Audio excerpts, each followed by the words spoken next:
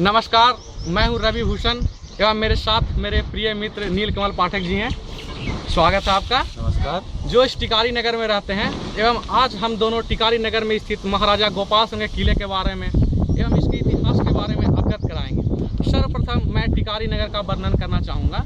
टिकारी नगर गया railway station से लगभग 30 किलोमीटर की दूरी पर अवस्थित एक छोटा सा नगर। यहाँ की जनसंख्या तकरीबन 50,000 के करीब होगी। इस नगर से सटे बहुत से छोटे छोटे गांव अवस्थित हैं। साथ ही इस जगह पर आने के लिए हर तरह की सुविधाएं भी उपलब्ध है।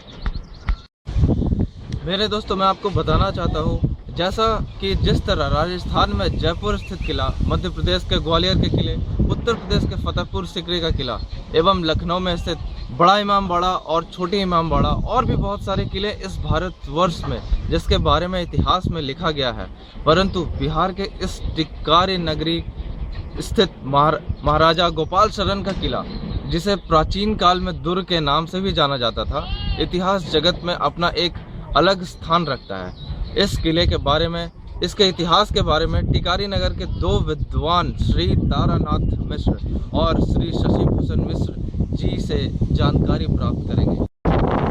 सर्वप्रथम मैं इतिहास के विद्वान एवं इस टिकारी नगर के रहने वाले श्री शशि भूषण मिश्र जी, जिन्होंने इस दुर्ग को अपने आंखों से देखा है एवं इसके इतिहास के बारे में जानकारी रखते हैं, उनसे इस दुर्ग के बारे में जानकारी लेते हैं।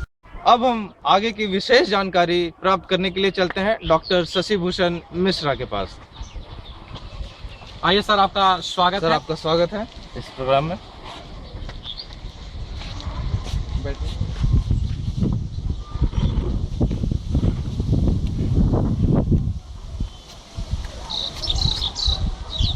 यह टिकारी का प्राचीन दुर्ग मगध क्षेत्र में गया से करीब 25 किलोमीटर पश्चिम और उत्तर के कोण पर अवस्थित है। इसका एक लंबा चौड़ा भूभाग है जो किसी ज़माने में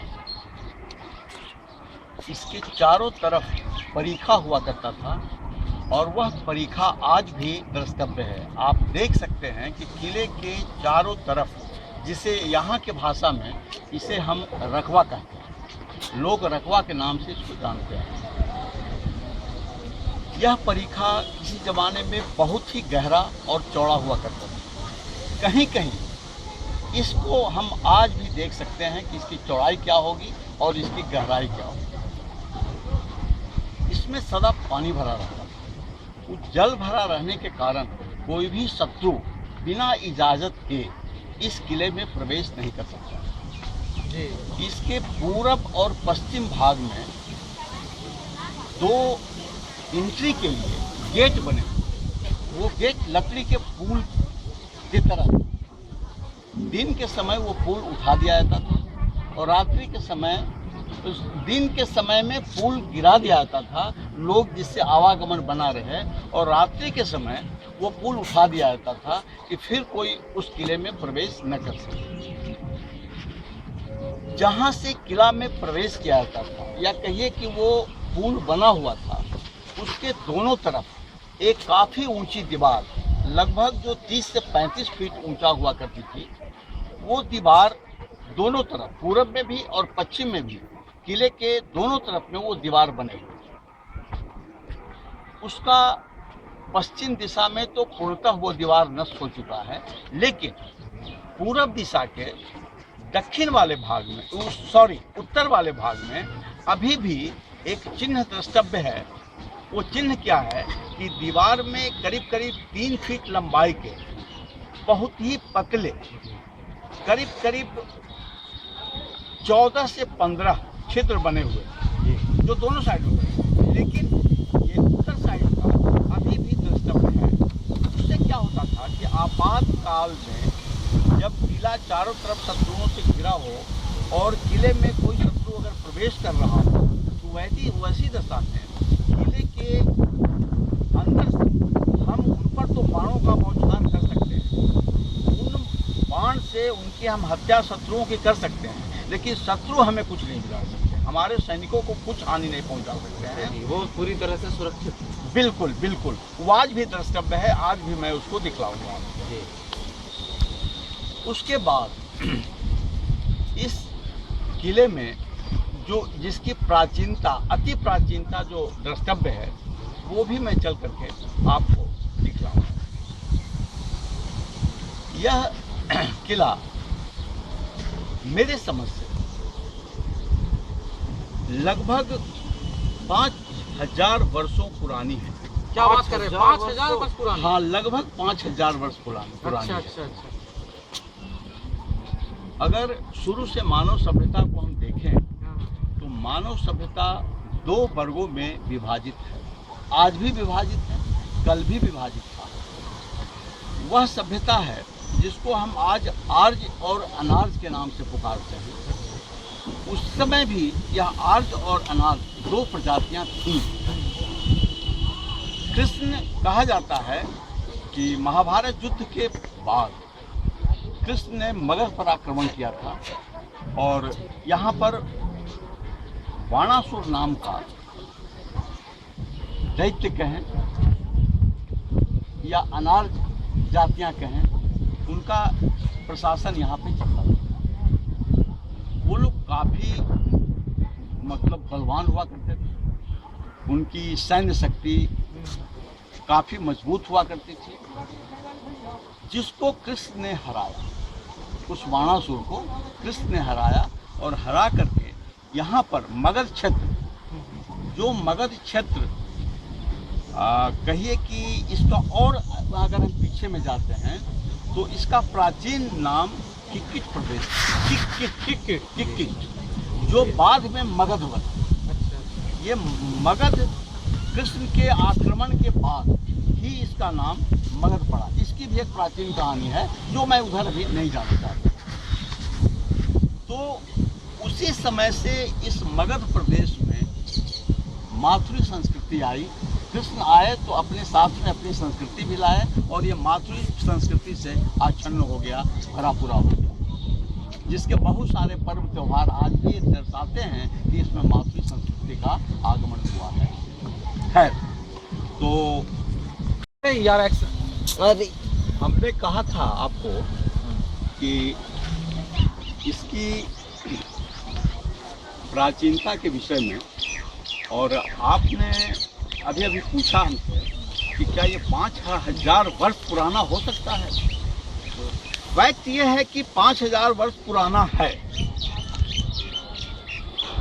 एक मगध विश्वविद्यालय में एंशिएंट हिस्ट्री के बड़े ही उद्भट विद्वान हुआ करते थे। यहाँ के एंशिएंट हिस्ट्री के हेड ऑफ डिपार्टमेंट थे डॉक्टर उपेंद्र ठाकुर। उनकी एक पुस्तक है प्राचीन भारत, उसमें भी उन्होंने किक्किट शब्द का प्रयोग किया है और उन्होंने भी ये लिखा है कि इस मगध क्षेत्र को किक्किट प्रदेश कहा जाता है या कहा जाता था।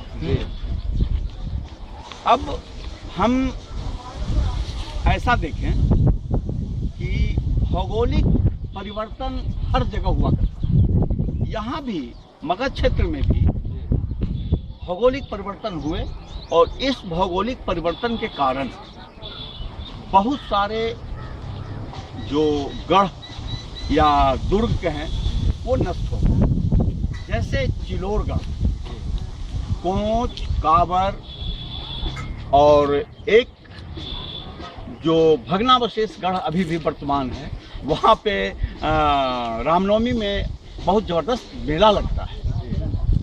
वो हंटरगंज से करीब करीब 5 किलोमीटर पूरब में वो जगह है जो पहाड़ पर दुर्ग बना हुआ है। ये सारे दुर्ग और वहाँ की प्रजा, ये सब की एक ही स्थिति है, या इसको ऐसा कह सकते हैं कि जो असुरों का जो गढ़ होता था, असुर लोग जो गढ़ बनाते थे, उन असुरों के गढ़ बनाने का एक नियम था।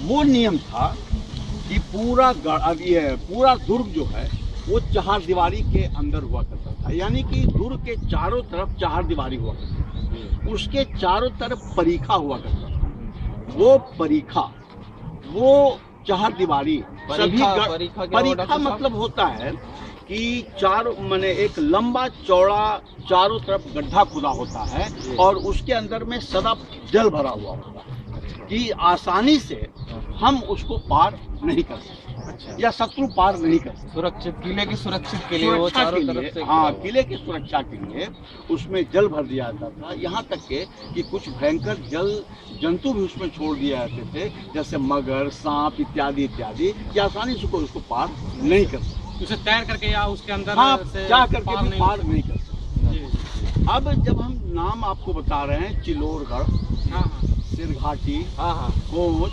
काबर, उतरेन, आज भी गढ़ तो नहीं है, लेकिन गढ़ के स्थान पर जिसको हम ढूह कहते हैं या जिसको गढ़ कहते हैं, वो आज भी सब जगह दर्शनीय है।